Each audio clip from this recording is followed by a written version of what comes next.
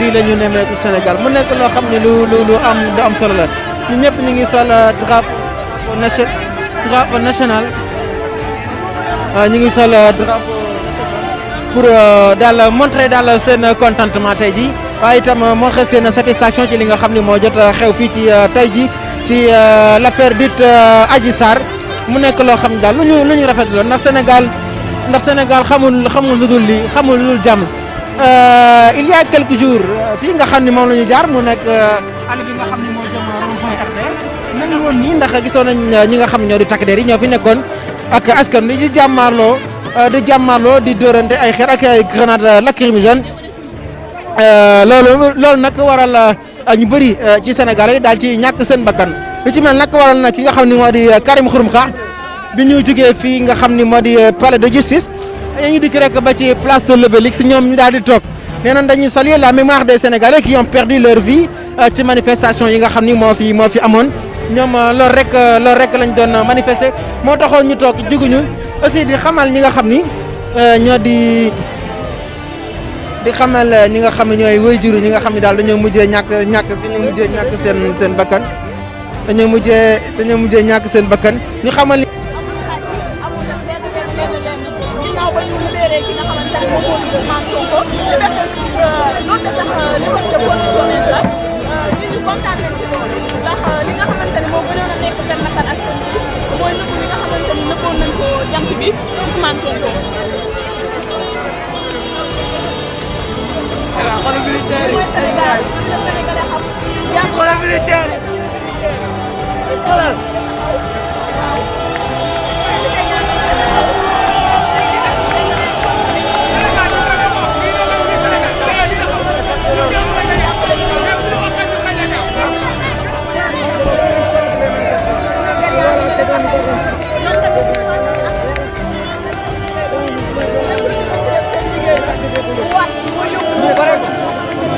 waaw lancé naa ko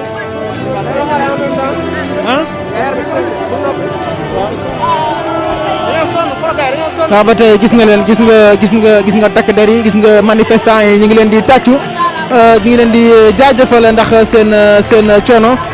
seen coono bu ñu nekk gis nga leen vraiment mu nekk loo xam ne lu am solo la yéen a ngi gis jàmm ji nga xam ne yéen a ngi leen di gis ngeen Bougane Gueye daane mi ngi tàccu moom ak Déthié Fall ñi ngi tàcc ñi nga xam ne ñoo di way takk der yi mu nekk image boo xam ne c'est fort c'est une image forte vraiment nga xam ne day méngale histoire u Sénégal nga xam ne ci jàmm la ñu dëkk ci jàmm la ñuy nekk gis ngeen lii nag lii mooy symbole Sénégal lii mooy Sénégal ñëpp ànd nekk benn gis ngeen cette forte mobilisation yéen a ngi cette forte mobilisation à travers ces images mu won leen démocratie dekki war nañ Sénégal démocratie lii rek mën na vraiment fexe ba yee ñi nga xam ne doomu Afrique yi ni leen ñun dañuy manifester pacifiquement waaye fexe rek ba jàmm sax ci biir Sénégal jàmm itam sax ci Afrique wërngal képp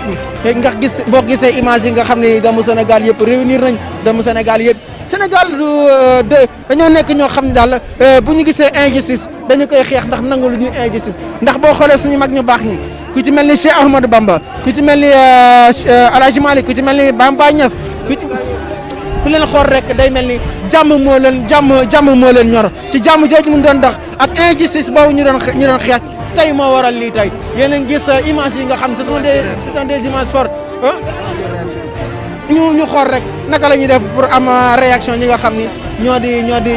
di leader yi ci mel ni Déthié Fall ak ki nga xam ni moo di Bougane Gueye ñooñu boo amee seen réaction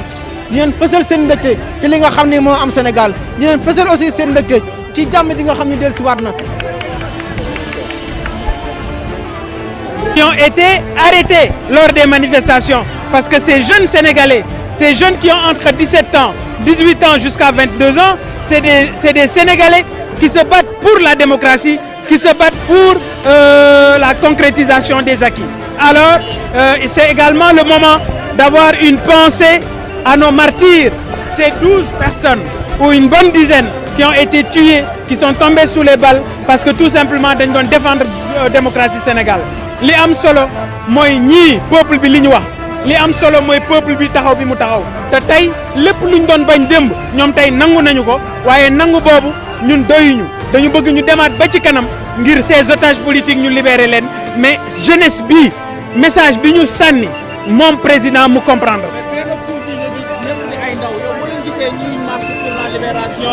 de leur leader, voilà, de otage politique. Mais écoute, ça c'est juste la goutte d'eau qui a fait déborder le vase. Jeunesse bi génn politicien taxu leen génn jeunesse bi génn du politicien moo leen tax a génn jeunesse bi dafa am message bu ñuy lancer message boobu ñi ñu jiite ñoo ko war a comprendre message boobu ñi nga xam ne ñoo nekk Sénégal doon ay kilifa ñoo ko war a comprendre parce que booy yi déterminé nañu parce que dañu am instinct de survie déterminé nañu parce que booy yi dañu jàpp ne ñoom seen ëllëg la ñuy piétiner actuellement et loolu xeex la war a doon pour kenn ku nekk ci ñun et ils auront des gens des Sénégalais comme moi des entrepreneurs d'autres Sénégalais qui sont professionnels dans divers domaines comme Déthié Fall comme Ousmane Sonko comme Thierno Bocoum comme Barthélémy Diaz. Ces gens vont se battre pour permettre à cette jeunesse d'avoir un avenir radieux. Mais écoute dañuy def suñu procession liñ ci jublu mooy nit ñi xam ne ñu continuel nit ñi xam ne ñu ngi yëngatu nit ñi xam ne ñu ngi dox nit ñi xam ne li ñu bëgg mooy Sénégal comprendre ne lii c'est un message pour la jeunesse c'est un message pour le peuple sénégalais.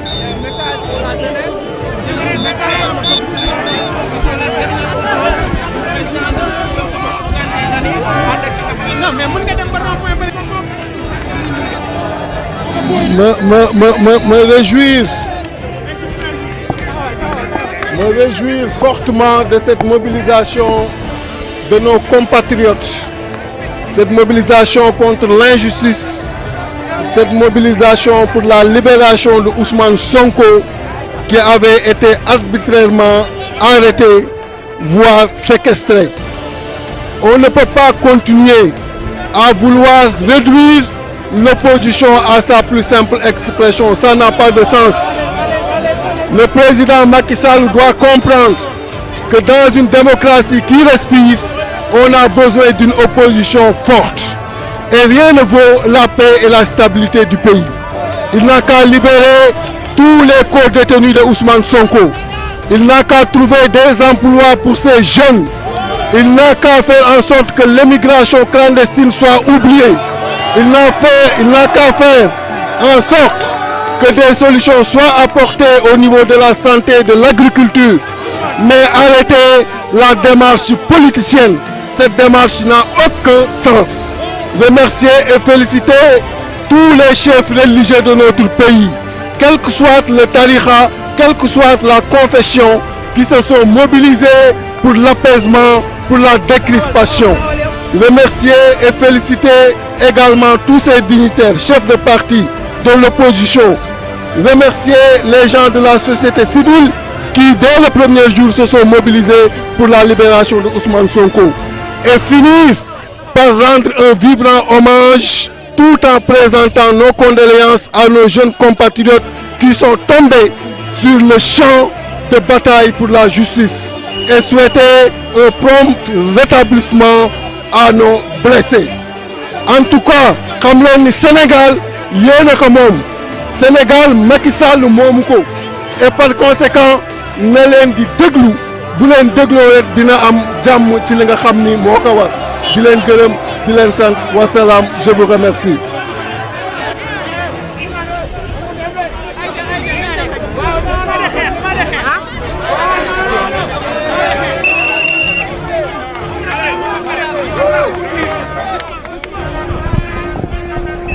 gis ngeen kon noonu président Bougane Gueye Dany dafa jub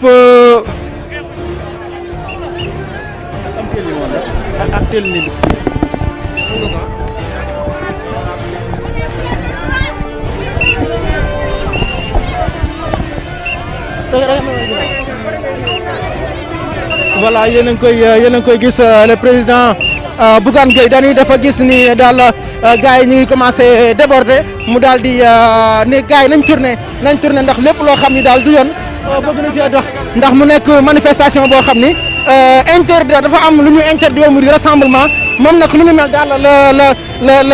la bañ na ñu mu di fexe rek ba ñëpp nekkaat ci jàmm gis ngeen Déthié Fall aussi mu ngi nekk nekk ak xaritam ak son camarade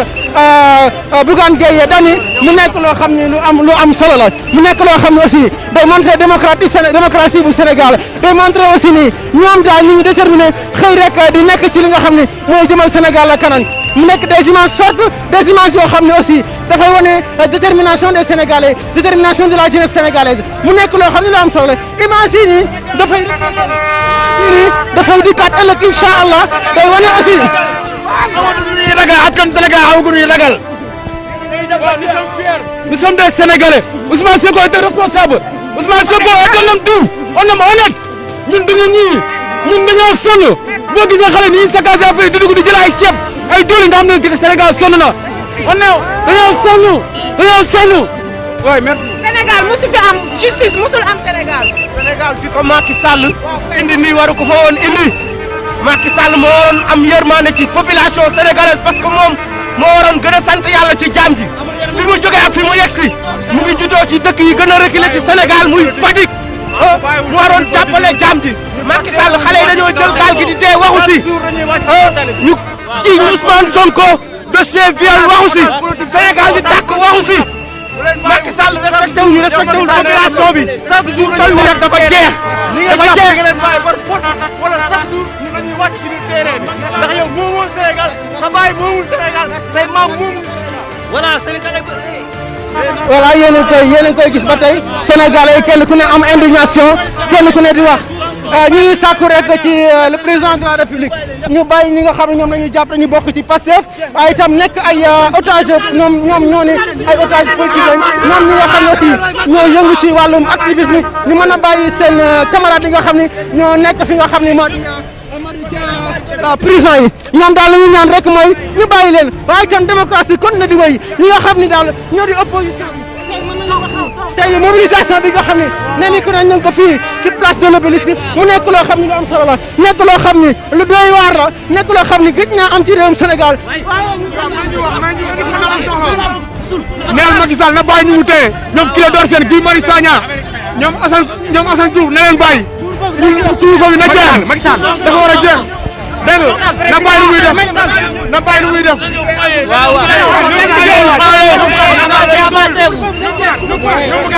ñoom bugaan mi ñoo war a wàcc jiitu ñoom bugaan waruñu mën a tourné bugaan ñi waruñu mën a jeunesse mooy jël réew mi yéen a gis Sénégalais yi génn nañ amuñu liggéey amuñu xëy amuñu gont amuñu dara dañuy jàng bay bëgg a dee fekk sax bu ñu Sonko dañoo sonn billahi c'est bon presse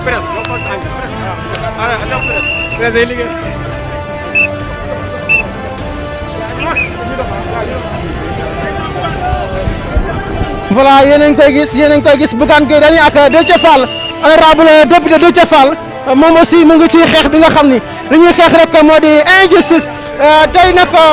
askanu Sénégal am mbégte askanu Sénégal triomphe li nga xam ni moo di justice mu nekk loo xam ne tamit lu am solo la ndax démocratie gis nañu maître Abdoulaye Wade sa contribution sur l'affaire Ousmane Sonko moom la mu xam ne rek moo di bi nga xamee nekkoon ci ku jëkk politique yi ki nga xam ne moo di Abdou Diouf jàppoon na ko fi ay yoon dugal ko fi nga xam ne moo di kaso waaye ñi nga xam ni ñoo nekkoon les jusqu'au boutiste ñi nga xam ni les jusqu'au boutiste ñoom dañoo jàppoon rek di xam taal bi nee na bi nga xamee ne Abdou Diouf nekk na président dañ ko doon wax naan ko jàppal président Abdoulaye Wade yàqal président Abdoulaye Wade moom la ma xam ne rek nee na ki nga xam ne moo di Abdou Diouf musu ko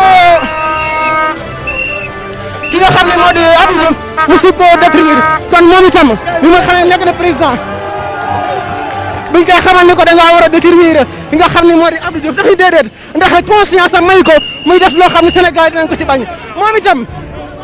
loolu la nga xam ne moom la defoon moo tax mu doon ñàkk nga xam ni moo di président de la République moo di de son excellence monsieur Macky Sall moom itam mu dexee noonu moom itam mu fexe ba démocratie kenn du ko salfaañe moom itam mu fexe ba li nga xam ni moom la ñu jàppoon ni mooy démocratie Sénégal te ñëpp di ko roy. nank rek ñun ragaluñu ñun am ñu ragale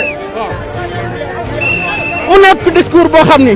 discours bu élégant la mu nekk discours boo xam ni discours bu responsable la mu nekk discours boo xam ni discours rassembleur la loolu lu am solo vraiment mu nekk loo xam ne daal kenn du ko naatable fii ci réewum Sénégal vraiment.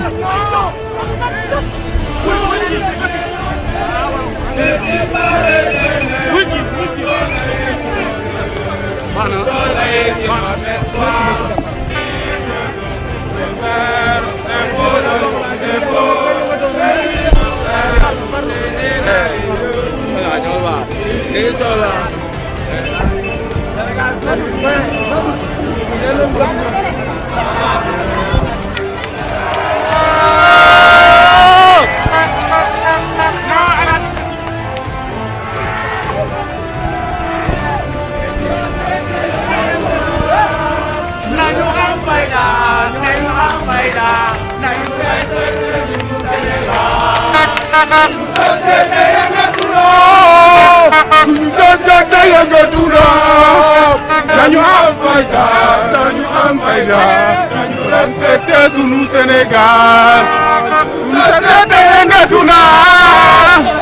société yëngatu na dañu am fayda dañu am fayda dañu respecté sunu Sénégal sunu société yëngatu na sunu société yëngatu na nañu am fayda nañu am fayda nañu respecté sunu Sénégal sunu société yëngatu na sunu société yëngatu na nañu am fayda nañu am fayda nañu respecté sunu Sénégal sunu société yëngatu na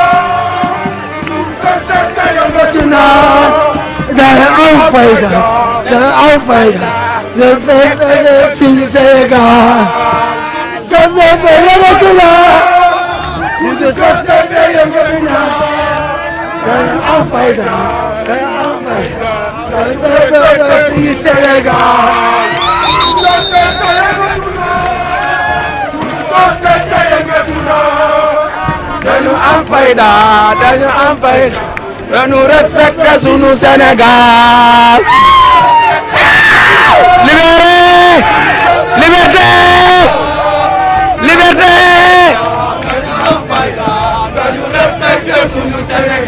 Libéré Guy Marius Sagna!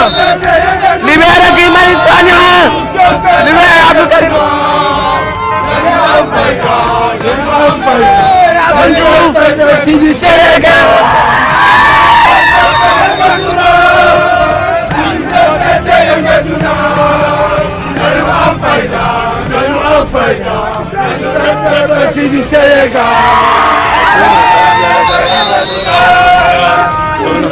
Libéré Guy Marius Sagna, libéré Assane Diouf.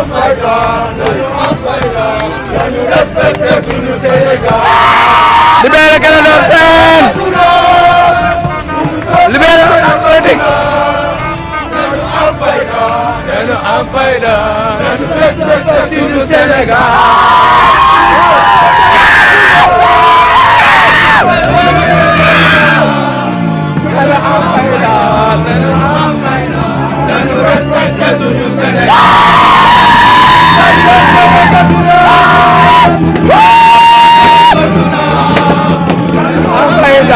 Nanu am fayda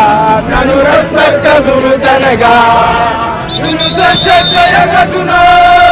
sunu société yëngatu na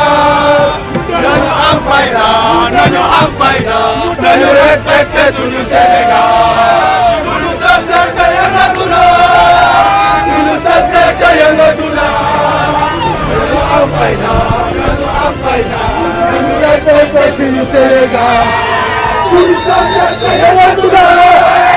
sunu société yëngatu na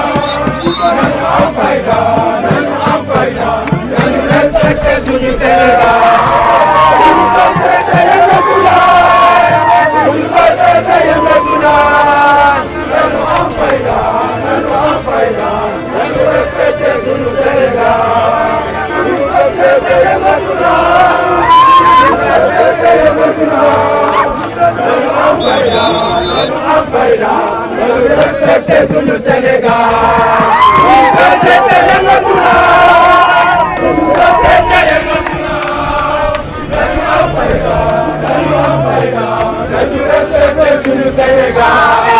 sunu société yëngatu na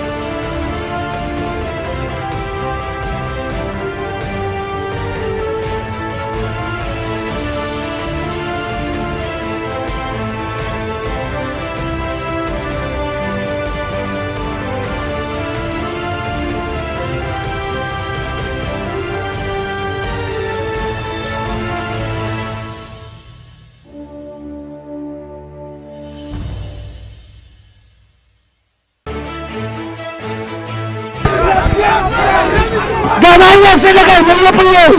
yeewu leen tijjee seen ñëpp la yeewu boo tijjee bu ñu naxati kenn yeewu leen. Pour la libération des peuples. Macky Sall doit démissionner. Pour la libération des peuples, Macky Sall doit démissionner. Oui, nous réclamons la démission d'Antoine et la démission du procureur et aussi la démission de Macky Sall. Macky Sall, il faut que tu démissionnes. Et il y a marre de Macky Sall. Macky Sall dégage. voilà yéen a ko gisandoo yéen a ko déggandoo yéen a gis suñu mbokku sénégalais yi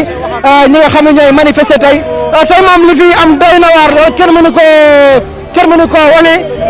kenn mënu koo wax ndax mbooloo mi bëri nañ lool yéen a gis ne ñëpp gën a góor ñi ak jigéen ñi génn nañ ñu manifester ba déglu leen.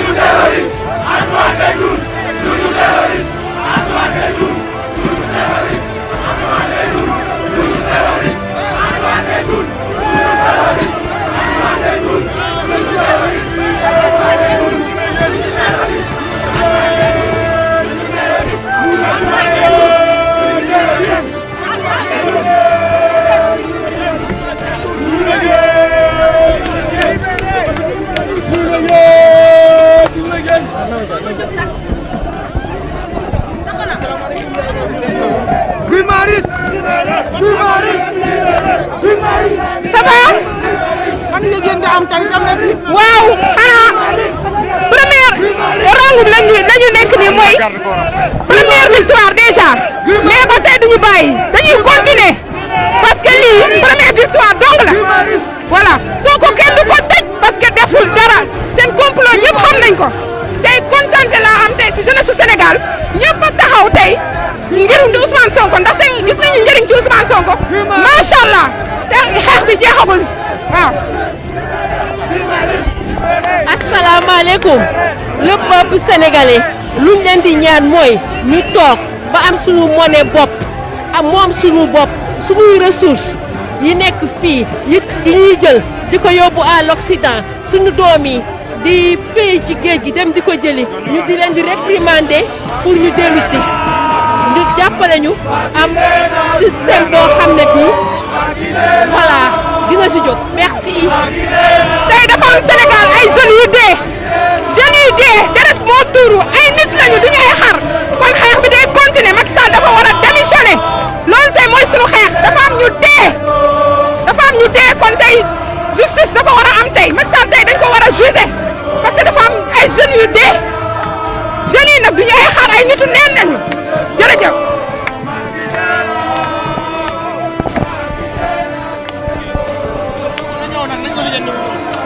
li may wax bariwul nañu libéré Guy Marius Sagna Assane Diouf Clédor dañu sonn Macky Sall na dem terroriste amu fi Antoine Diome duulkat la fankat la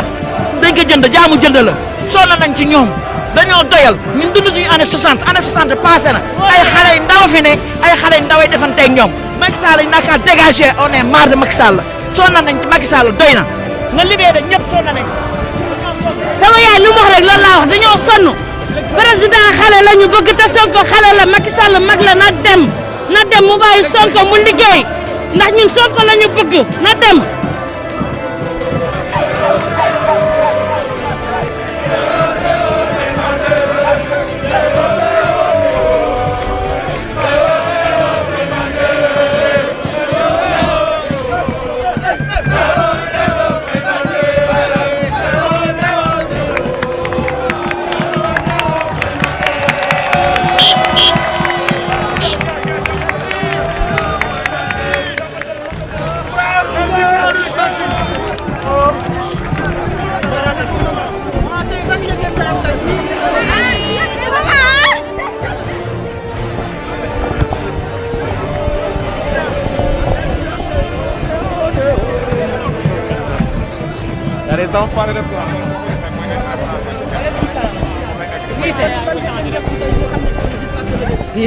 dina neex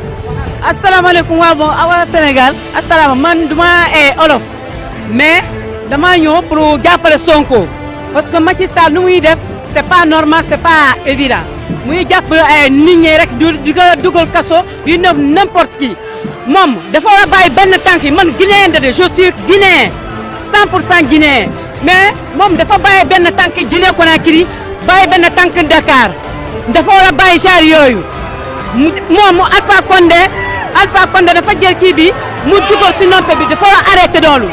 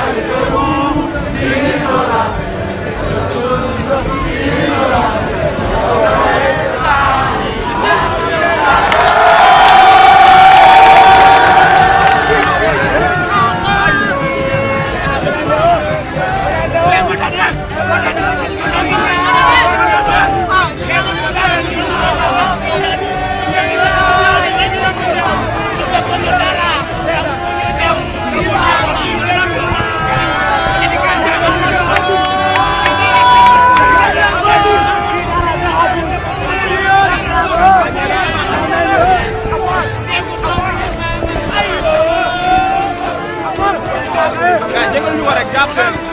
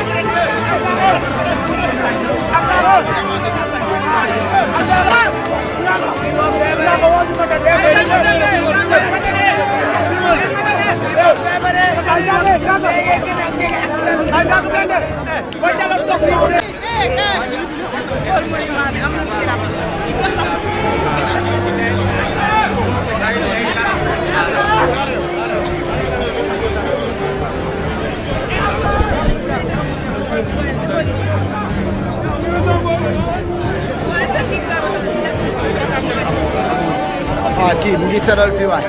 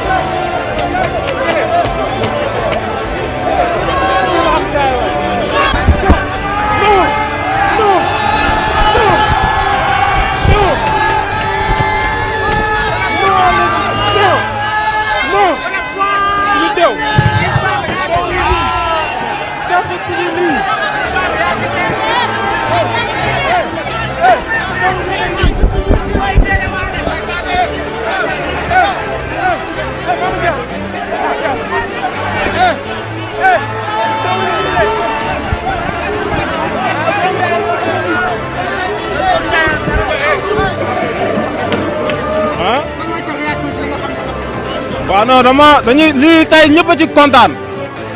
parce que ñun xeexaluñu pour Sonko xeexaluñu pour Macky Sall ñun dañuy xeex pour la démocratie dañuy xeex pour l'injustice dañuy xeex pour liberté d'expression ñu jaarale réew mi ci yoon kenn ku ne bañ a def ku ma mu am ndey ku ma amul ndey loolu moo ñu tax a jóg parfois gars yi faa ñu comprendre ñun suñu combat ñun dañ fi nekk pour démocratie que la démocratie règne dans notre pays c'est ça qui nous waaw mais li am solo mooy jàmm moo neex lii dafa neex jàmm dafa neex dañu am fayda dañu respecté suñu Sénégal suñu société yëngatu na suñu société yëngatu na ñun dañu am fayda dañu respecté suñu Sénégal suñu société yëngatu na suñu société yëngatu na dañu am fayda dañu respecté suñu Sénégal suñu société yëngatu na suñu société yëngatu na mais ñun dañ fi taxaw en tant que jigéen ànduñu ci li Adji Sarr def ay jigéenu Linguère lañ jigéen moo defal société Adji Sarr daf ñu xoolal ak ñoo tuuna mais xoolal justice à nos morts la démocratie la patriote réew mi dafa war a am justice réew mi dafa war a am démocratie Adji Sarr li nga def ñaawlu nañ ko ñun ay jigéenu Linguère lañ ñun dañoo gore moo tax tey ñu ñëw ne ànduñu ci li nga def dañu ñëw ne jigéen dootuñu ko utiliser ci xeex yi léegi nag lu ñuy ñaan mooy suñu paree ci lii suñu moor yi nañ leen rendre hommage ñu dem xool waa kër ñi dee ñu jàppale leen Sonko nag libération bi des na de et la lutte continue des na xoolal ñu libéré suñu otage yi parce que dañ ñu xeexal Guy Marius Sagna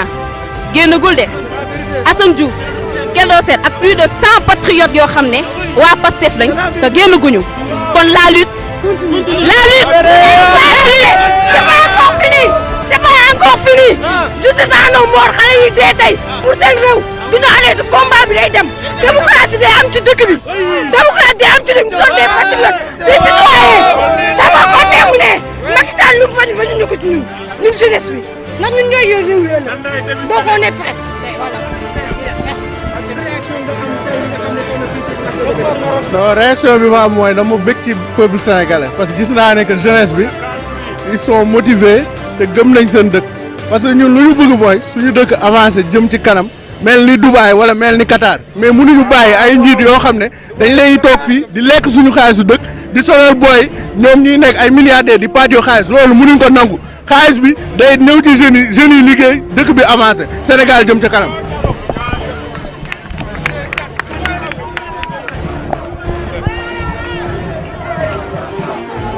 waaw ñu ngi nii di ci place de l'Obélisque instant yii marche bi li ko waral mooy la démocratie sénégalaise bu ko kenn laal bu ko kenn touché suñu borom dogal ne ko tey jii lii mu may nii yëpp Sonko moom moo ko waral ndax mënoon na cessé depuis dès le début mais yàlla def na ne que tey yàlla may na Sonko ci kaw Macky Sall ndam ci kawam yàlla may na ko aussi may na aussi peuple sénégalais ñu exprimer aussi si ñoom ndax du ñëpp ñoo ñëw fi ndax Sonko ndax ñeneen ñi aussi ñëw nañ fii di défouler wu seen colère ndax dafa yegg ba seen gauche donc Macky Sall nañ ko lii mooy première alerte ci moom. mu xam ni sénégalais yi sonn nañ sénégalais yi xiif nañ sénégalais yi mar nañ na Macky Sall xam ni ñi nekk ba ginnaaw Fongolemi ñu ngi ñuy dégg gis nañu manifestation pacifique bi dinañ manifester wu ci jàmm accompagner le leader Sonko ak ñeneen ñi nga xam te ne ànd na ci yëpp ak tous les manifestants ñu tàcc ko jaajëfal ko aussi xam ni tamit c'est un patriote boobu ba léegi mu ngi xeexal sénégalais à l'Assemblée nationale di wax ak continuer suñu gaz moom du ko teree xeeñ troisième mandat dañ ko fiy bañ. Troisième mandat, non à la troisième mandat. Non à la troisième mandat. Non à la troisième mandat. Non à la troisième mandat. Non à la troisième mandat. Non à la troisième mandat. Non à la troisième mandat. Macky Sall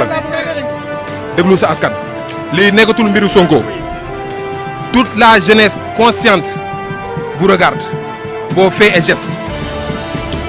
on est en 2021 foo ngeen xam ne ni lu xewoon 1960 aux années 80 ce n'est plus d'actualité yeewu nañ booy yeewu nañ lii nekkatul mbiru Sonko nañ libérer les otages politiques du ñu bàyyi Guy Marius Sagna ñoom ñëpp du ñu bàyyi tant que libéré woo leen te respecté suñu droit ak yelleef doomu aadama sonn nañ booy xëy ñu amuñu liggéey Macky Sall bëgguñu dëkk bi tàkk ñun ñoo la fal ànd ñaa yow mais ñun ñoo la fal dégluñu booy message yi envoyé dégluñu wasalaam. maa ngi wax ne am naa mbégte ci xale yi am naa mbégte ci jeunesse sénégalaise on est fiers de cette jeunesse qui a montré qui vient de donner un exemple à ce pouvoir ñu ngi ñaan xale yi nañu ñibbi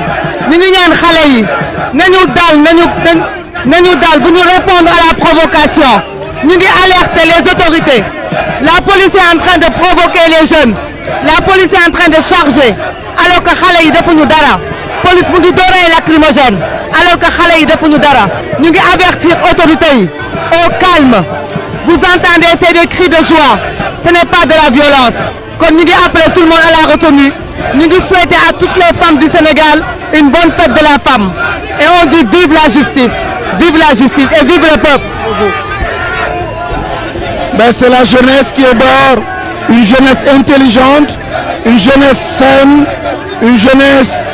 qui comprend les enjeux et qui se bat pour ces enjeux. Ce sont des enjeux de justice, des enjeux d'équité, des enjeux extrêmement importants. C'est l'avenir du pays et ils savent pourquoi ils sont en train de se battre. Et aujourd'hui, je pense que le président de la République devrait tout simplement les entendre, les écouter avec beaucoup d'humilité, beaucoup de respect. En tout cas, vive le Sénégal, vive sa jeunesse. Grâce à cette jeunesse-là, nous sommes en train de gagner. La démocratie sénégalaise est en train d'avancer. waaye xeex bi moom jeexagul ndax liñ doon xeex mooy ko Ousmane Sonko libre ay droit mu jot si mais acteurs politiques yi nga xamee ne bundu yi mel ne woon nañ yëpp ñu delloo leen seen i àq ak seen i yelleef et que ñi nga xamee ne mooy prisonniers politiques yi ñu bàyyi leen lii nag bu ñu xamoon ni def jàmm lii day wane ni def jàmm rek moo war lii day wane ni état de droit rek moo am solo lii mooy wane ni respecter citoyens yi respecter àq ak yelleefu doomu aadama yi rek moo am solo et il faudrait que Sénégalais yi retenir leçon bi. Que le président de la République retenir leçon bi que acteurs politiques yi retenir leçon bi Sénégal gi ñu bëgg dafa war a nekk Sénégal lu dëgg Sénégal lu mandute Sénégal buy respecter droit yi Sénégal buy yemale doomu aadama yi arrêter les complots politiques arrêter protéger intentions yi arrêter jaay doole bi ak tappale gi ndax du dem kër te jeunesse su Sénégal wane na ni loolu dootuñu ko accepter tu.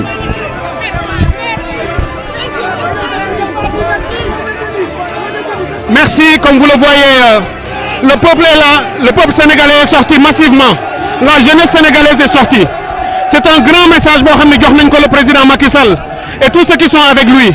Na comprendre ce message. Il y a trop de morts, il y a trop de pertes en vie humaines.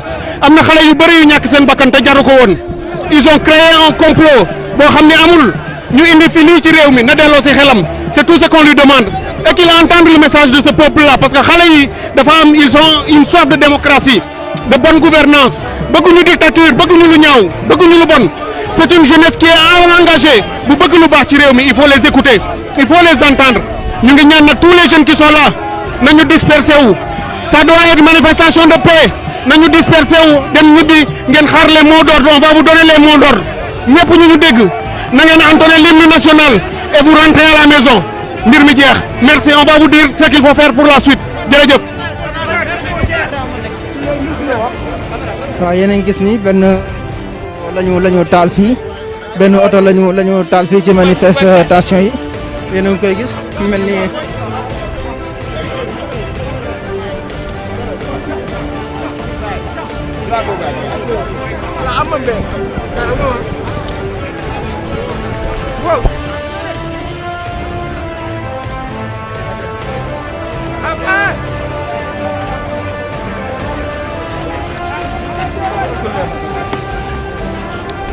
bomb la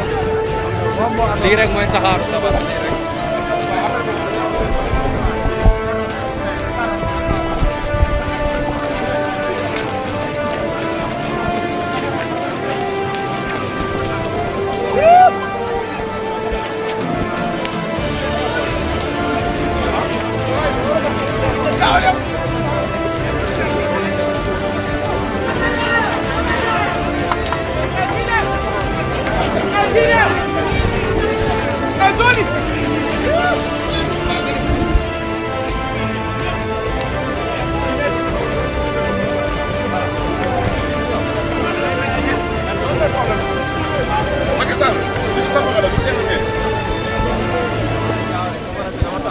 salaamaaleykum wa rahmatullahi wa barakatuh man nag li may ñaawlu man maa Ibrahima Gueye nay leer li may ñaawlu nag te mu naqari ma lool mooy Sénégal situation yi ñu dund tey Sénégal mérite wu ko Macky Sall Sénégal jiwu la lii ndax situation yi ñu dund mën na ñàkk ndax dañ laa jox 4500 milliards am ay problème nga war a régler soxlay Sénégal yi nga tegal ñu état d'urgence état d'urgence couvre-feu ndeke lépp ay tappale nga doon def pour tëj Ousmane Sonko procès bii rek nga bëggoon ci état d'urgence bi Sénégal terroriste amu fi Sénégal amul terroriste Sénégal amul rébellion fii amu fi yow Sénégal waxoon naa la ne Ousmane Sonko bala ngaa dugg ci ay dossiers na nga xalaat ñun Ousmane Sonko joxuñ ko dara yow lañ jox réew mi dañuy naan nag mboolem li fi dee ci ay bakkan yow yaay responsable yow président Macky Sall yow yaay responsable te nag nga xam ne Sénégal situation yi nga ko dugal tey mosu fee am te yaakaaruñ ko woon kilifa diine wax ak yow nga bañ ñëpp wax ak yow nga bañ lii dafa ñaaw ci ab dëkk maa ngi lay dénk nag ne la na nga bàyyi sa xel ci bu baax ci yàlla yàlla wax na ci alquran ne inna allaha laa yahdi kaydal xaa'iniina man yàlla du ma jubal pexam koy wor te da ngaa wor askanu Sénégal ndax lañ diggante woon ak yow bokkut ak lii nga ñu fayee lañ diggante woon ak yow Macky Sall bokkut ak lii nga ñu fayee dañoo ànd ak yow di xeex 23 juin di xeex notel di xeex injustice ba nga nekk président ñu may la benn mandat nga ñëkkat deuxième mandat nga dugal ñu ci situation yi tey li fi yàqu ci alal bari na lool mais li ñuy gën a métti mooy suñu doom yi dee te yaa ko def yow Macky Sall ndax lii rafetut dereb Sénégal suñ kilifa diine xeex nañ ba fay duñ langu noteel Macky Sall duñ la jëlal dictature duñ la jëlal injustice te duñ langu tubaab yi moom ñu mukk sëñ tubaab ba muy dem ci géej gi da doon xeex pour tubaab yi bañ ñoon not dégg nga ko Alaaji Malick fii xeex na ba jàmm am Sénégal ay Alaaji Ibrahima xeex na ba Nigéria fu ne xeex nañ fa mais yow nga dikk taxaw bëgg ñoo delluwaat ci ay jaamu tubaab du sotti de ñun ay liberté provisoire bi nag dañoo bëgg nga xam ko fu mu yem yow ci boppam nga may ñu Ousmane Sonko tout tranquillement may ko nga bàyyi dossier bi teg ko ci suuf boo ko fi desul lu ne mën na la cee fekk ndax duñ bàyyi Ousmane Sonko nga di ko conditionné naa ko waxal ak bàyyil déedéet dafa war a leer te déglu ma nag ñi nga jàpp ci otage politique yi nga jàpp yëpp li ko ba ci Assane Diouf Guy Marius Sagna ay Clédor Sène ak ñi nga ci jàpp ñëpp ak sëñ Maam Dame Lo doomi sëñ Modou Lo Ngabou yaa ngi téye Bada Ndiaye ñoo ñëpp dañoo bëgg nga bàyyi leen immédiatement sans condition te nag nga respecté suñu kilifa diine yi foofu nag laa mujjee yow li ma gën a naqari kenn maa see jooyloo du ma la ko baal barke Alxuraan muy sëñ Mountakha Mbacké moom lañu am ci yaakaar sëñ Mountakha Mbacké digal dina bàyyi li nga bañ du ma la ko baal billahi barke sëñ Abdoulaye du ma la ko baal billahi wallahi tallahi de rentrer maintenant tranquillement et d'écouter les mots d'ordre. Nous vous parlerons bientôt. Vous avez déjà remporté une belle victoire. Vous avez remporté une belle victoire. Ne soyez pas frustrés. C'est une belle victoire pour la démocratie, pour la liberté, pour la justice. Maintenant, ce qu'il y a eu des martyrs qui sont tombés au nom de la liberté, au nom de la justice, au nom de la démocratie. Nous ne devons jamais les oublier. Et la meilleure manière de ne jamais les oublier, c'est de savoir ce pourquoi ils sont morts, ce pourquoi ils sont tombés. C'est la raison pour laquelle notre génération a la responsabilité de continuer le travail. Que ces morts, décidons-le fermement. Que ces morts, décidons-le fermement. Épaule contre épaule, mais plus que frères au Sénégal est debout. Nous sommes là.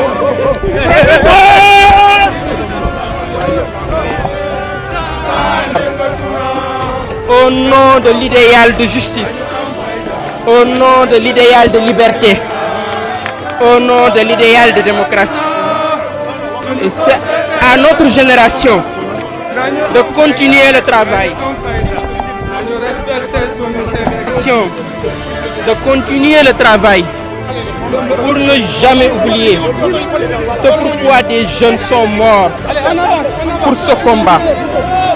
Et c'est la raison pour laquelle je disais que ces morts, décidons-le fermement, ne soient pas tombés en vain. Que ce travail pour l'approfondissement de notre démocratie puisse être continué. Boobu message rek laa amoon bu may joxe mooy ci xeex bi am na ay ndaw yu ci ñàkk seen bakkan,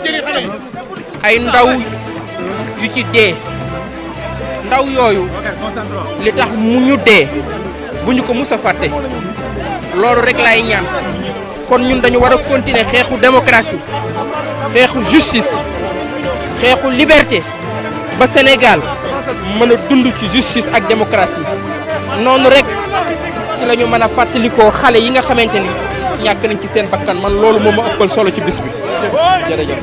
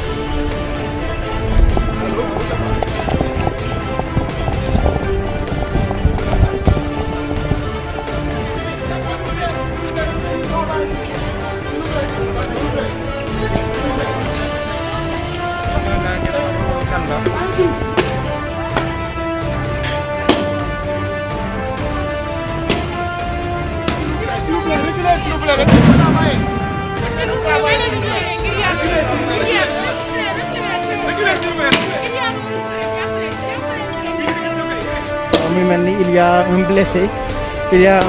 noté au niveau des manifestants nee nañu may leen ñu liggéey gars yi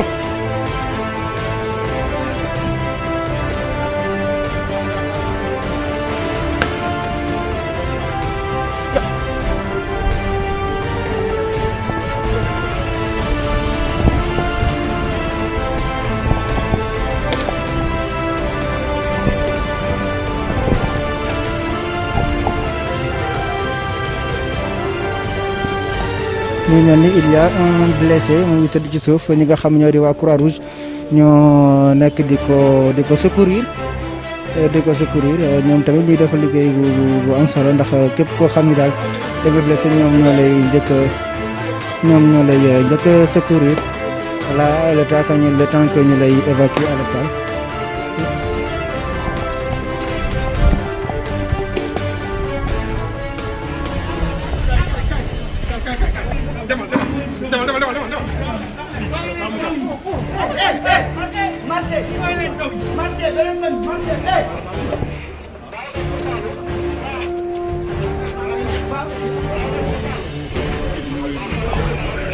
jig na def na réaction muy mel ni dafa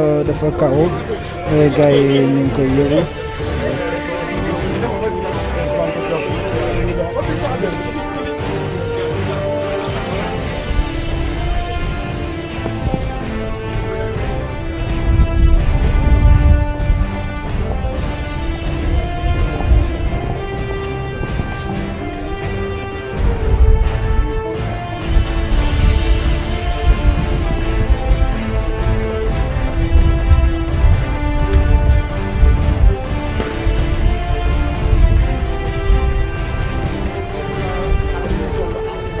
voilà yéen a ngi koy gis place de l'Obélisque fii la xale yi toll gis ngeen ñu ngi taal ñoom itam seen ay signaux gis ngeen aussi élément de sécurité aussi ñu ngi leen di buux ñoom itam lu gars yi gën a jege rek ñu gën leen a sànni ay lacrymogène ñu deltu ginnaaw. voilà yéen a ngi gis presse bi aussi ñoom ñu ngi ci ginnaaw takk der yi ndax foofu la ñu am sécurité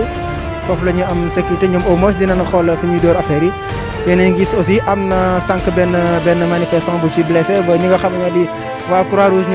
ñoo ko mujj évacuer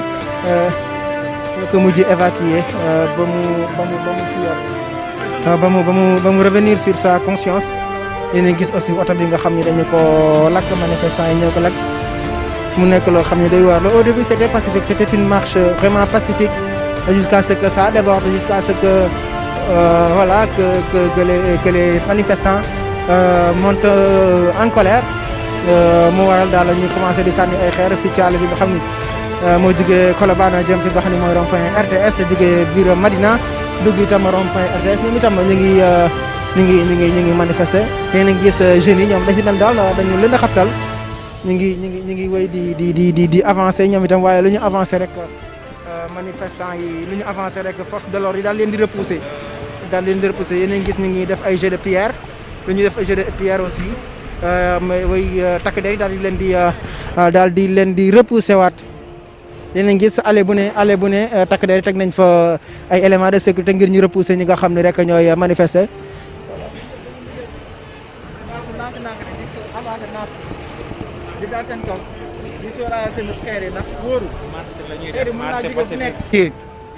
tiire ci seen kaw ndax lii di drapeau national bi xale yi yor kon xale yi tamit génn nañu feem ñii di takk der yi yor seen i feem ba tey yor seen i drapeau taxaw ci kanam takk der yi tam yor seen feem stratégie bi nga xamante ni moom la ñuy def ba xale yi di gën a reculer mais lacrymogènes yi ñu ngi dugaat difficile pour nga respirer jafe na pour ñu nooyi c'est bon jafe na pour.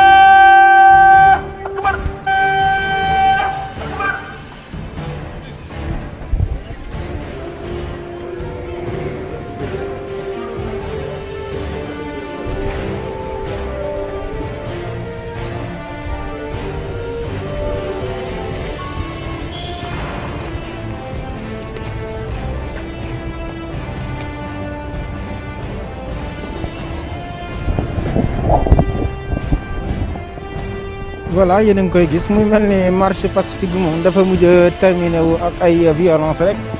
ndax gis ngeen fii nu mu sete woon waaye léegi ay xeer lañ ko jël ba mu fees dal force de l'ordre yi ñu ngi continuer di tirer li nga xam ne moo di lacrymogène yi mais dafa mel ni dañoo nekk contrevent bu ñu tirer rek ci ñoom lay jël soit moo tax di am terrain di jël terrain yéen a ngi gis dragon bi yor ndox mu tàng ñëw na. voilà bi yor ndox mu tàng baa ñu ñëwee yéen a ngi koy gis mu ngi ñëwee mu ngi ne di ñëw dragon police bi yor ndox mu tàng moo nekk ne di ñëw voilà yéen a ngi koy gis mu ngi ñëw rek pour baliser le terrain voilà mu ngi nii ñu jàkkaar lool mu ngi nii di ñëw dragon bi moo yor ndox bu tàng bi moom lañu jàkkaar lool nii dañ ko indi en renfort boo xoolee armée bi ñi nga xam ne ñoo ñëwoon na ñu ngi ne ci ginnaaw ñoom itam ñu ngi ñëw en renfort affaire daal mel ni dafa mujjee doy waar dafa mujjee daal jéggi dayoo nañ ko fooy woon daal